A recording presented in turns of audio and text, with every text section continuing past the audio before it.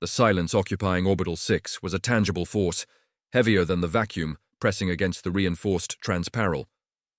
Crane, the lone engineer in a graveyard of high-tech systems, stood watch over a planet shrouded in grey swirls of devastation. He clutched a mug of cold coffee like a talisman of normalcy, the last human ghost haunting a machine that no longer needed him. It evokes that universal primal fear that when the end finally comes, we will be the only ones left to witness the fade.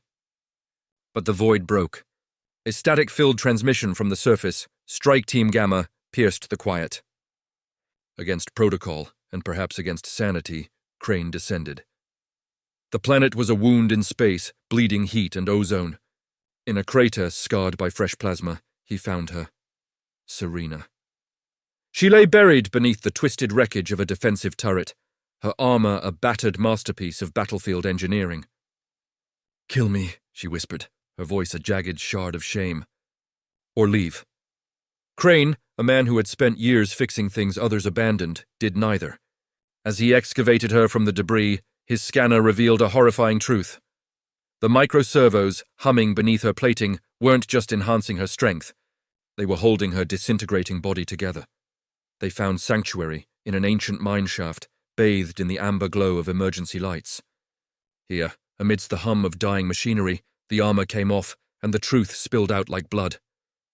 Serena wasn't dying of battle wounds, but of a legacy. A genetic bioweapon, engineered to target the Carnith clans, was consuming her. It ate muscle tissue first, she explained, saving the heart for last, so the victim could feel every moment of the end. She confessed the tragedy of her survival. She had led 37 of her best warriors into a research facility, believing they would find a cure. It was a trap. The moment they entered, aerosolized pathogens, 37 specific variants, filled the air. Her team was torn apart from the inside.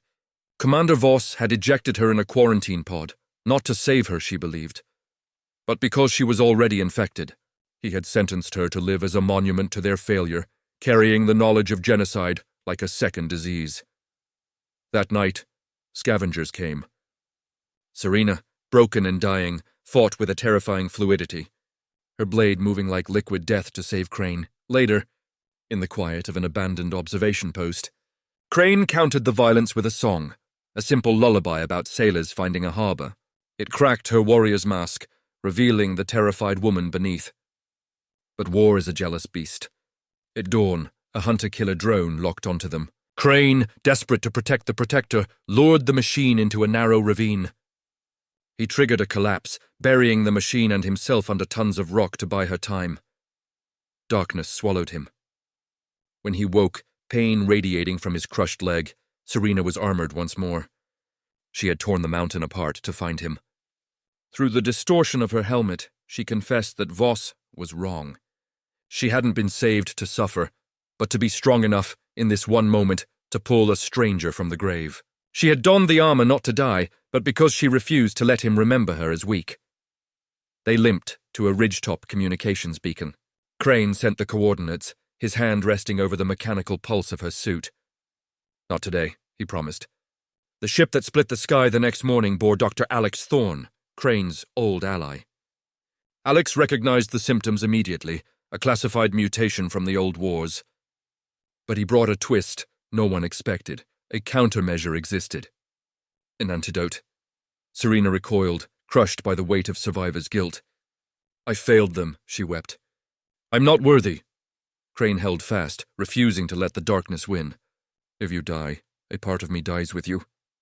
With trembling hands, she released the seals, shedding the metal skin that had been both her prison and her lifeline. The injection was administered, and the long wait began. 3 weeks later, the miracle was complete. Serena stood in the medical facility gardens, the blue veins on her skin no longer cracks in marble, but rivers of life. She didn't destroy the armor. Instead, under an earth tree rooted in alien soil, she and Crane buried it. She placed the chest plate, the gauntlets, and finally the visor into the earth, capping the mound with a single white stone, a symbol of transformation. They walked away as the sun rose, Crane on a crutch, Serena barefoot and unburdened. The warrior was dead, resting beneath the soil. But the woman lived, stepping into the future beside the engineer who heard her silence when the universe turned away. In the end, the wreckage of the past is simply the foundation for the future.